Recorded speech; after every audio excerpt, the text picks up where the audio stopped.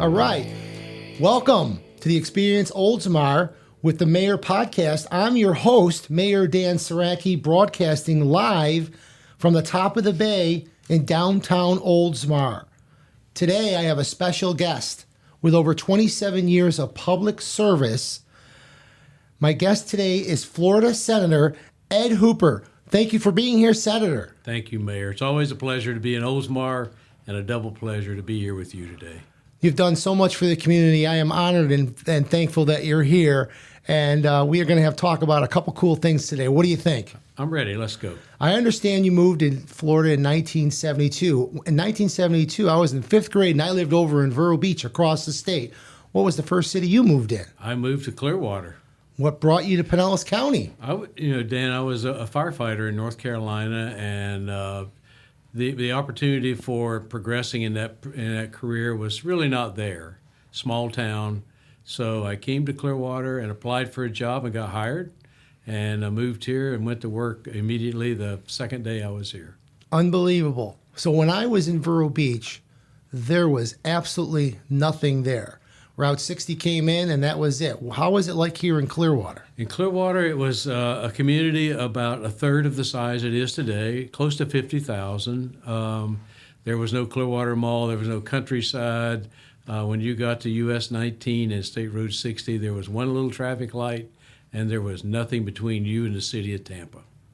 Have you ever traveled up to Oldsmar during that time? Was there anything here? You traveled through Oldsmar because there really wasn't what we know as Oldsmar today. Was not here. Interesting. Very interesting. So some people will not know this, but you are a retired firefighter, correct? I am. 28 years total service. And what city did you work for here in Pinellas County? Clearwater. My whole career was in Clearwater. 24 years, and I did 4 years in a small community called Statesville in North Carolina. Well, thank you for your service. So important to all of us in the community. What rank did you retire under? I retired as a lieutenant, which in the most departments is equivalent to a captain. You were in charge of a station, one particular shift, and you were with your family 24 hours at a time, your firefighter family, which meant you spent more time with your firefighter family than probably your real family. But it's really a close-knit group of people, and it was a great career. Very interesting. So what type of work, after you retired, led you to consider the political arena? I got involved a little bit politically while I was still a firefighter. Mayor, I'll admit I didn't pay attention to anything that was going on in the political world for too many years. And I started noticing, especially at the local government level, people were making decisions that impacted me, my pay, my equipment, the availability to make sure we kept not only our citizens safe, but us safe. So I started working in political campaigns for candidates that I thought would be more receptive to understanding the real problems. And we put up signs, we walked door to door, and that evolved into state legislative races and county commission races, and even did a lot of work for back then Congressman Mike Bilirakis in his campaign. So I got bitten by the bug doing that.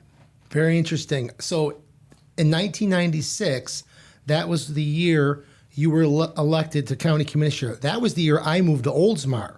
Can you describe what it was? That was a city commission. Or a city commission, right. Yeah. So can you describe what it was like to run that first campaign? It was, I never done that before, and you have done that. You've run campaigns. You know, when you're the candidate, your goal is to make sure those signs are straight and level, and that people can see your name. And, you know, on Saturday morning when you're walking door to door, you want to make sure that somebody shows up to help you. So there's a lot. Running a small campaign like that is probably more stressful than running a big campaign because it's all on you. It absolutely is a lot of work. I understand it completely. Yep. Trust me. Yep, I know you do. So you then, after all that, you decided to serve in the House of Representatives from 2006 to 2014. Which district did you represent? It started out as District 50. There's 120 seats in the Florida House. and mine was District 50. And then every 10 years when we do redistricting, those numbers may change, and mine changed from 50 to 67. And there's a process how that occurs, and we don't have time to explain it. So half of my time was in District 50, and the latter part of my time in the House was District 67. Well, we just did that redistricting, last year. So that, for me, that was the first time I ever witnessed something like that. So I understand it's a little complicated, but interesting. So what was, and as a representative, House representative, what was your top priority at that time? Mayor, we're in Oldsmar. The obviously top priority was that Olympic BMX track. Absolutely. There was no other project that even worthy of discussion. Yeah, thank you for all your hard work on that. You were involved in the grant appropriation for that and getting that built. That is truly a success story for the city of Oldsmar. Thank you, Senator, for that. It's still a great attraction to the Tampa Bay area, but everybody that comes to do that, they have to come to Oldsmar. Exactly, from all over the world, too. All over the world. And another quick note is, when we do have events, you do show up, and we do appreciate that very much to show your support for the city of Oldsmar. So then you decide to move on to the state as a senator. Yep. What made you decide to run for that? Well, I knew the seat was going to be open. My wife keeps asking me, what part of retirement don't I quite understand? And I tell her I don't think I understand any of it, but I still felt like, as you know, that the only reason you should run for office is really you feel like you really want to make a difference in your community, your county, or your state. And there were still some things that I thought I could make a difference in. And I found out real quick that a Senate seat is 3 times the size of a state representative seat. It's 550,000 constituents. So, but we did it early, and we did it the right way. And I will tell you that it's much better being in the Senate than it is the House. You're one of 40 and not one of 120. Yeah, I've been to both committee meetings. I sit up in the rafters up there, and I watch you guys at work, and I agree. I think the Senate is a little more organized. How's that? Is that a good word? I think so. Okay, you serve District 21, which includes Pinellas and Pasco counties. How many miles does that district cover? I don't know I've never tracked the mileage. I can tell you it goes from the city of Clearwater. Yeah. And it goes from the Gulf of Mexico to Tampa Bay, and all of Pinellas County to the county line. Then in Pasco County, it goes from the county line to Hudson and over to the Suncoast Parkway. So it's a big area. And you're more up north now, Pinellas, because when the redistricting happened, your territory went more to Pasco, correct? My Pasco area grew as opposed to any of my Pinellas area. The Senate meets during specific times in the year in Tallahassee, yet you serve residents year-round. Let's explain that a little bit. Well, each of us, even though we're in Tallahassee, all are part of 5 months out of the year. Year-round, we have to maintain a district office in our district for constituent services, for inquiries, for, if we have a storm, then we're part of the point people for helping communities get back on their feet. So in Palm Harbor, and I would say it's exactly about 1/8 of a mile from the Oldsmar city limits on Tampa Road at the Woodland Shopping Center, we have a year-round office there that's open Monday through Friday with the exception of holidays. So during the last hurricane we had, you served the residents, you also served the businesses.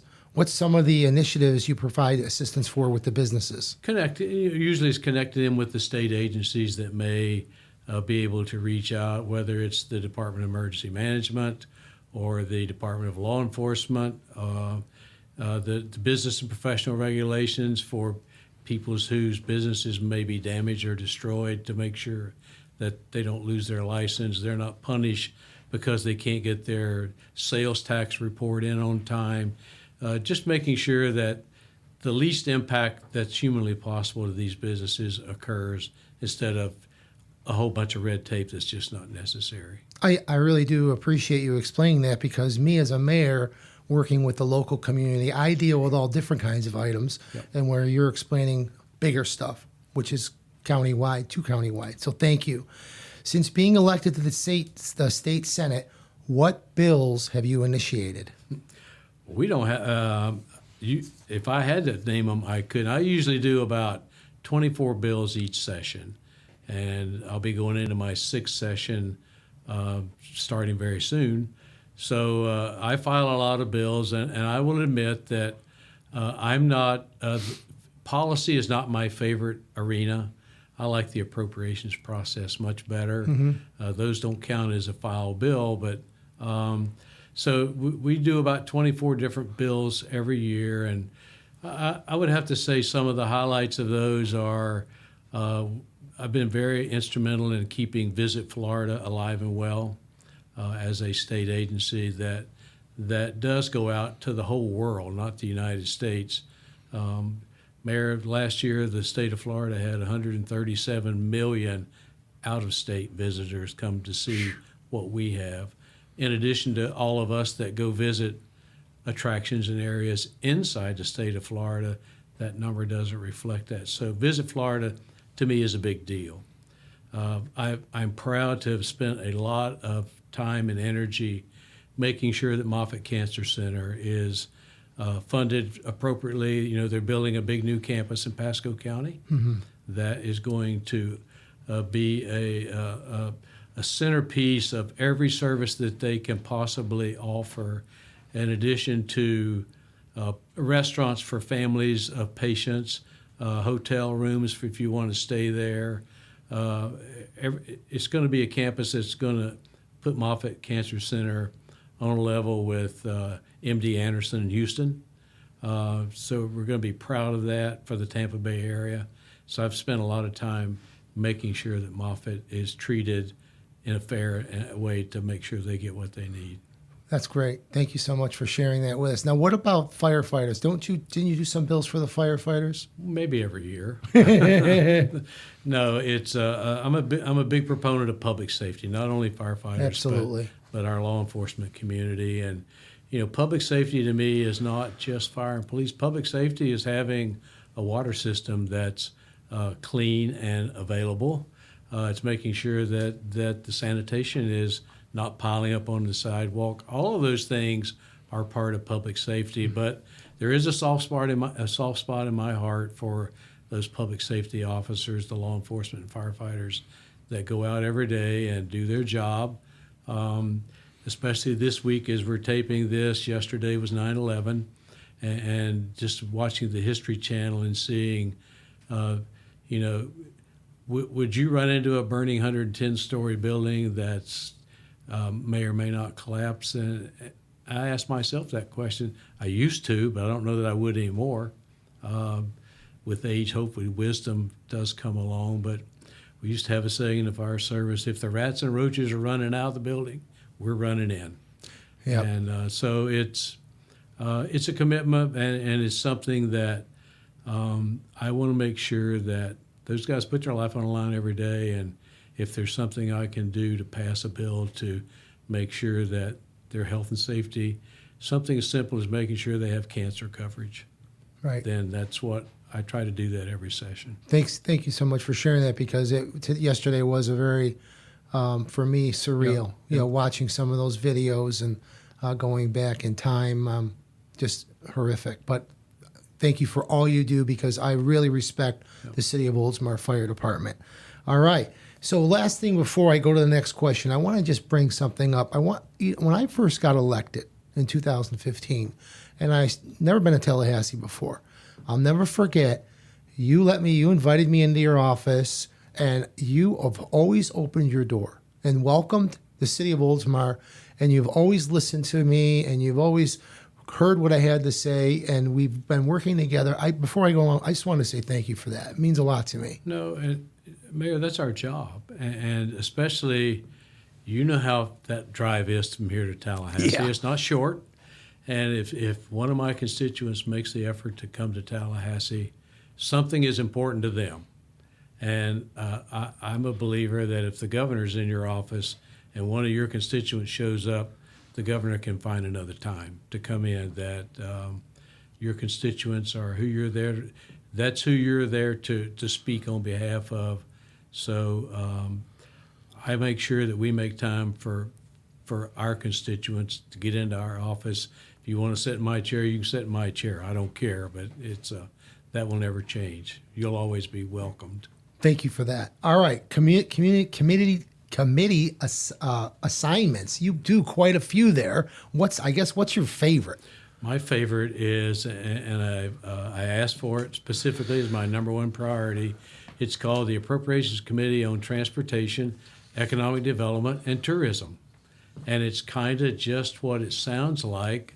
We're responsible for all the roads, bridges, seaports, airports in the state of Florida that are state roads or federal roads.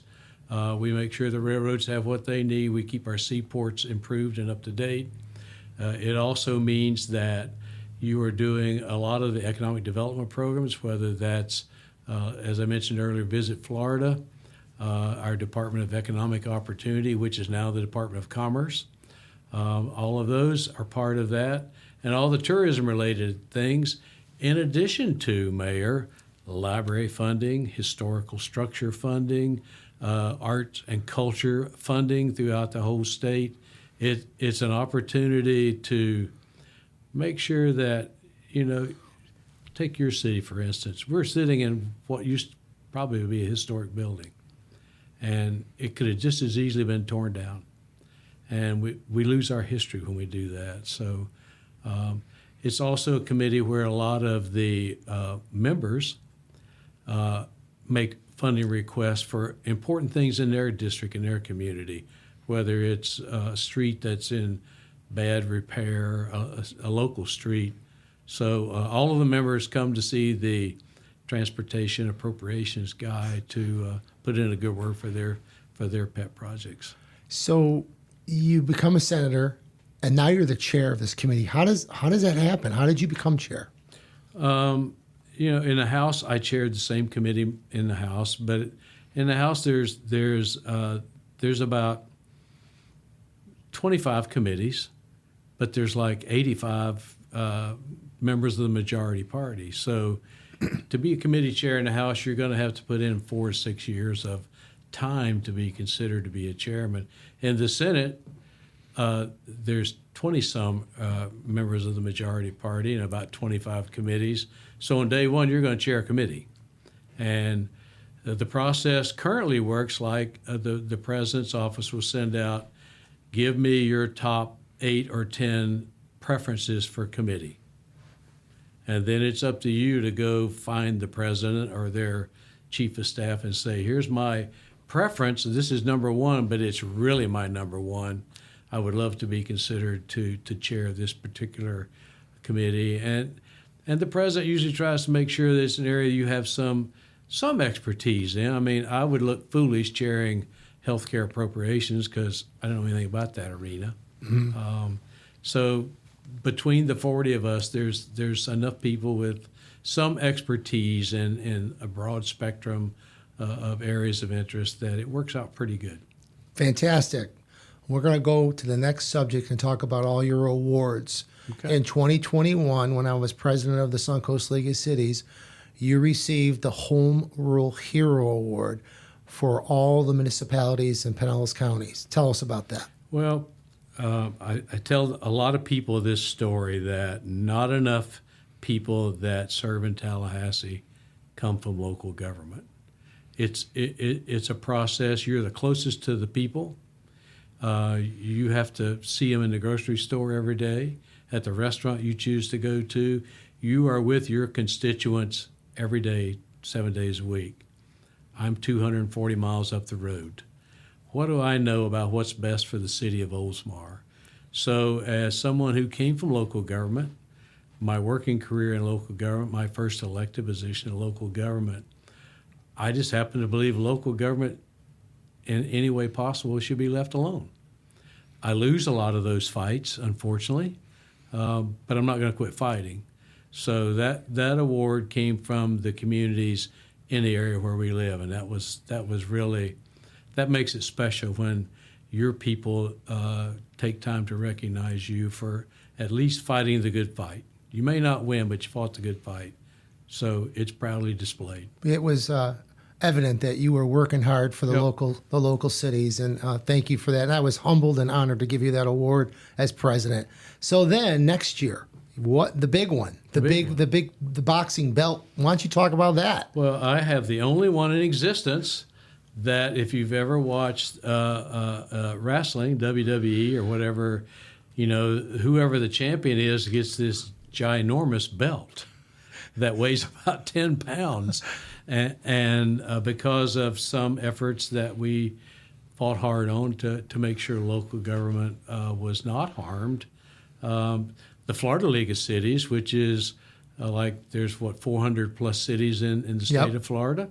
They have a great group called the Florida League of Cities that advocates on local government's behalf. I was a recipient of this championship belt that also is proudly displayed in my Tallahassee office. And people come in, and that's the first thing they see, and they're like, "Where'd you get this?" Well, from the Florida League of Cities. Yeah, that was a very special evening, and you were up on stage. Yep. I could tell you Yep. were very proud to hold that thing up. That's it's nice when you know you have the only one in existence. All right, so we're getting ready to start legislative session. What are you going to work on? What kind of bills you're thinking about? Can you give us any input or secrets on that? It's early, but we've started the process. We filed a few bills. It's that opportunity's just opened up. Couple of things that I know we're going to work on is obviously transportation related. That's kind of where I can have more input. If you drive an electric vehicle today, you don't contribute one penny to the maintenance or upkeep of our roads because they're all funded by gas tax. I don't drive one. I have had a hybrid. So we're going to try to make it a fair issue and Florida is the second largest state in the country behind California with registered electric vehicles. And that is growing every day. Every commercial you see from an auto manufacturer, they're not talking about miles per gallon. They're talking about range of one charge. So if that's how we fund keeping our roads maintained and putting down new roads, then that component of the transportation industry ought to be a fair participant. So we passed it in the Senate last year, and the House just didn't have the appetite to get it across the finish line. I think we will this year. The governor's expressed an interest in making sure that portion of transportation pays their share. So that'll be one of the things we work hard on. Another one is I call it the transportation train bill. It's the area of transportation that covers everything from where we locate our charging stations. You may or may not know that the federal government prohibits a electric vehicle charging station on the interstate highway system and rest areas. You can't put them there. So we try to make sure that we can site those charging stations within 1 mile of the exit on the interstate highway system. So you're least disrupted if you're traveling, you need a charge, get off the exit within a mile, you find one, get back on the road and go on your way. So we spend a lot of money doing that. Mm-hmm. We do have them on the turnpike system because that's our system. So that'll be another bill. In this state, we seem to have a problem, Mayor, with, I call them rogue moving companies and moving brokers. You can call a moving company and they'll give you a quote over the phone. Somebody will show up to load up all your furniture and belongings. And when you get to where they're supposed to go, they say, "Hey, we didn't agree to this deal. If you don't pay us $5,000, we're not offloading your furniture."